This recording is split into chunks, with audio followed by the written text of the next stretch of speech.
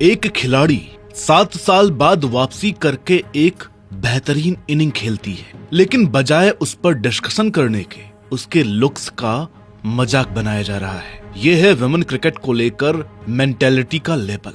उसने बहुत कुछ झेला है, इसलिए इस वर्ल्ड कप में वो तुरुप का इक्का होने वाली है। ये बात किसी को समझ में नहीं आ रही है। हमारी टीम पूरी तरीके से परफेक्ट है, इतनी ज्यादा परफेक्ट है कि बहुत से टैलेंटेड प्लेयर्स को, इनफॉर्म प्लेयर्स को बाहर बैठना पड़ सकता है। लेकिन इस टीम में एक कमजोरी है, वो है 2 प्लेयर्स पर हद से ज्यादा डिपेंडेंसी। तो आखिर क्यों इंडियन वर्ल्ड कप टीम की उस प्लेयर को ट्रोल किया जा रहा है, और कैसे एक अच्छी और सुपर परफेक्ट टीम होने के बावजूद भी थोड़ी बहुत दिक्कत थी हमारी टीम में, और उनका हल ढूंढ लिया गया है। और इसकी वजह से भारत का T20 वर्ल्ड कप जीतने का मौका हद से ज्यादा बढ़ चुका है। नमस्कार, मेरा नाम है अनुराग सूर्यवंशी और आप देख रहे हैं क्रिक माइंड।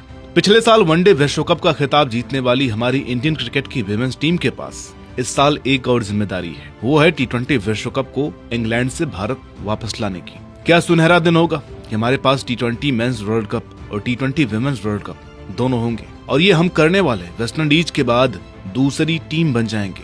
इस अभियान को लेकर जो टीम अनाउंस हुई है वो कितनी परफेक्ट है, कितनी उसमें जिसे कहते हैं कि कमबैक की कहानी है, कितनी ऐसी कहानियां हैं जो इस टीम का हिस्सा नहीं बन सकी, उन सबको आज हम कवर करने वाले हैं। और खास करके एक मैसेज भी है उन ट्रोलर्स को जो एक प्लेयर को लेकर सोशल मीडिया पर अनाप शनाप लिख रहे हैं। अपने ही देश के प्लेयर को आप रिस्पेक्ट नहीं कर रहे हैं तो पड़ोसियों से आप क्या उम्मीद करोगे। तो करते हैं बात इस टीम की, उम्मीदों की, जज्बातों की, उन आशाओं की जो इस टीम पर है। और इस टीम के पास हम सबकी उम्मीदों पर खरा उतरने का 100% योग्यता है। तो भारतीय महिला टीम ने अपने T20 अभियान के पहले पड़ाव यानी वार्म अप मैच में शानदार गेम प्ले शो करके अपने इरादे जाहिर कर दिए। टीम हमारी परफेक्ट तो है, लेकिन कुछ एक सवाल भी छोड़ करके जाती है जिनकी आज हम बात करने वाले हैं। सोचिए, एक खिलाड़ी के लिए 7 साल का लंबा गैप क्या होता है। 2019 में डेब्यू किया और उसके बाद पूरे 7 साल का अज्ञातवास। एक खिलाड़ी के लिए मेंटली टॉर्चर कितना है। डोमेस्टिक सर्किट और WPL में खुद को बार बार साबित करते रहना। 2023 से वो गुजरात जायंट्स के लिए खेल रही थी, लेकिन जब आखिरकार उनका सिलेक्शन हुआ तो लोगों ने उनके टैलेंट पर बात नहीं की। ये जो सोशल मीडिया पर बेरोजगार ट्रोलर हैं, ये उनकी शक्ल और पर्सनालिटी पर भद्दे और गंदे कमेंट्स करने लगे। इमेजिन कीजिए, एक खिलाड़ी देश के लिए सबसे बड़े स्टेज पर खेलने जा रही है और लोग उसके लुक्स पर जज कर रहे हैं। लेकिन भारती ने यह साबित कर दिया कि वे क्वीन है। उन्होंने इन सारे फालतू ट्रोलिंग को ब्लॉक किया और सीधा अपने बल्ले से जवाब दिया। वेस्ट इंडीज के खिलाफ वार्म अप मैच में हमारा मिडिल ऑर्डर लड़खड़ा रहा था, तो भारती ने आकर 40 गेंदों में नाबाद 56 रन ठोक दी, 6 चौके, 1 छक्का और 140 का स्ट्राइक रेट। इंडिया को 179 तक पहुंचाया और 26 रन से मैच जिताया। ये होता है हेटर्स का मुंह हमेशा के लिए बंद करने का तरीका।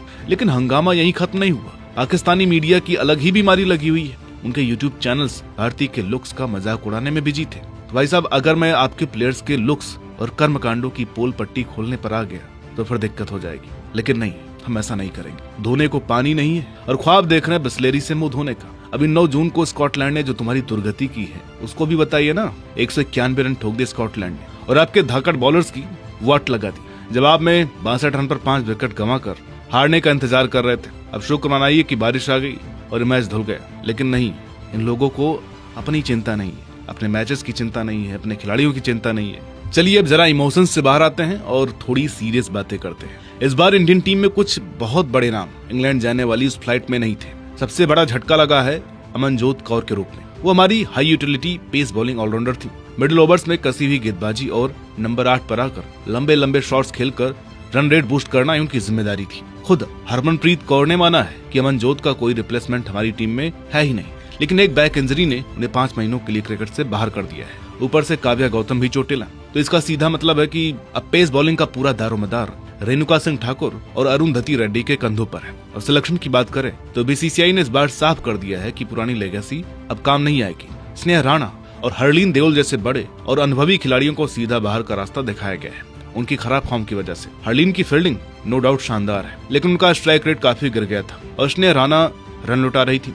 BCCI का मैसेज एकदम लाउड एंड क्लियर है कि बीता हुआ कल आपको आज की टीम में जगह नहीं दिला सकता। लेकिन इन सबके बावजूद हमारी टीम की सबसे बड़ी कमजोरी है स्मृति मानधाना और शेफाली वर्मा पर हमारी हद से ज्यादा डिपेंडेंसी। देखिए, बात सच है कि ये दोनों जब चलती हैं तो कहर बनकर के टूटती हैं, लेकिन अगर ये पावर प्ले में फेल हो गई तो हमारा पूरा मिडिल ऑर्डर ताश के पत्तों की तरह ढह जाएगा। अब इंग्लैंड के खिलाफ हालिया सीरीज के स्टैट्स उठा करके देख लीजिए। हमारी ओपनिंग पार्टनरशिप रही है 19, 27 और 0।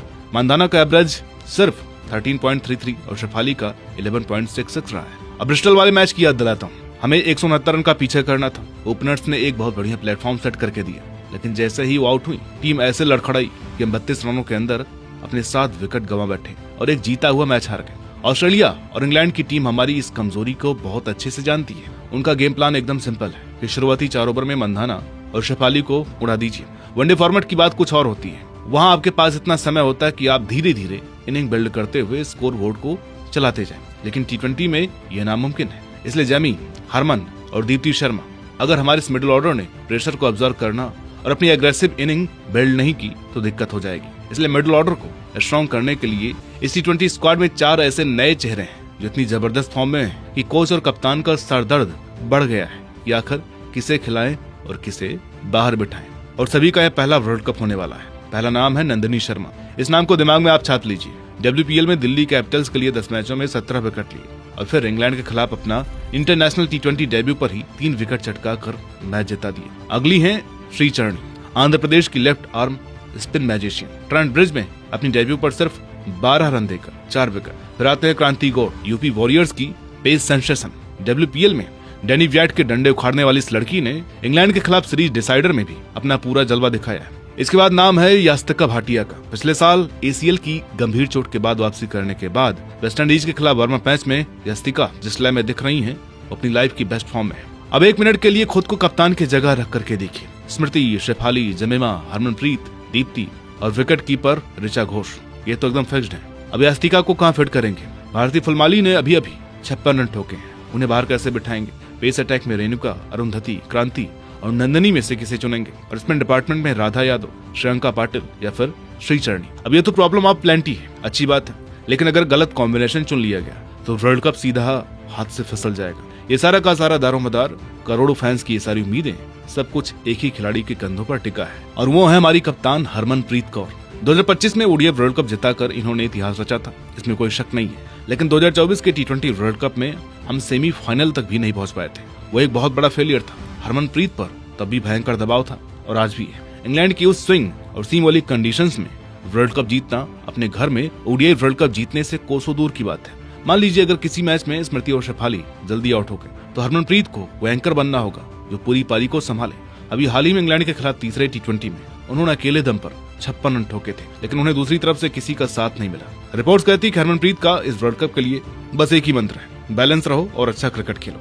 वो ड्रेसिंग रूम में एकदम पीस जाती है और वो सारी आउटसाइड नॉइज को इग्नोर करना चाहती है जो भारतीय फुलमाली जैसे खिलाड़ियों के खिलाफ जहर उगल रहे हैं। अगर हरमनप्रीत इस प्रॉब्लम ऑफ प्लेंटी को अच्छे से मैनेज कर पाए, सही प्लेइंग 11 चुन ली गई, तो 5 जुलाई को लॉर्ड्स के उस ऐतिहासिक बालकनी में वो ट्रॉफी उठाना कोई मुश्किल काम नहीं होने वाला है। और हरमनप्रीत महेंद्र सिंह धोनी के बाद वो दूसरी कप्तान बन जाएंगी जिनके पास वनडे वर्ल्ड कप और T20 वर्ल्ड कप दोनों ट्रॉफी होगी। लेकिन अगर कहीं फिर से वही 2024 वाला हश्र हो गया तो T20 फॉर्मेट में उनकी कप्तानी पर सवाल हमेशा के लिए खड़े हो जाएंगे। ये उनके करियर की सबसे बड़ी परीक्षा की घड़ी है। तो भैया हम तो तैयार हैं, हमारी टीम तैयार है, हमारे क्रिकेट फैंस तैयार हैं। बाकी कौन क्या कह रहा है हमें उससे कोई लेना देना नहीं है। हम अपनी कप्तान हरमनप्रीत के साथ खड़े हैं, हम अपनी टीम के साथ खड़े हैं, हम भारतीय के साथ खड़े हैं, हम हर एक उस प्लेयर के साथ खड़े हैं जो इस वर्ल्ड कप टीम का हिस्सा है। आप जीते चाहे ना जीते, हमें आप पर पूरा भरोसा है। हम जानते हैं कि आप जब भी मैदान पर उतरेंगी तो तिरंगे की आन बान शान का मान ध्यान करेंगी। तो बेस्ट ऑफ लक, जय हिंद। और आप भी कमेंट बॉक्स में #कप हमारा है लिखकर हमारी टीम को बेस्ट विशेष भेज दें। मिलते हैं आपसे अगली वीडियो में, तब तक के लिए नमस्कार।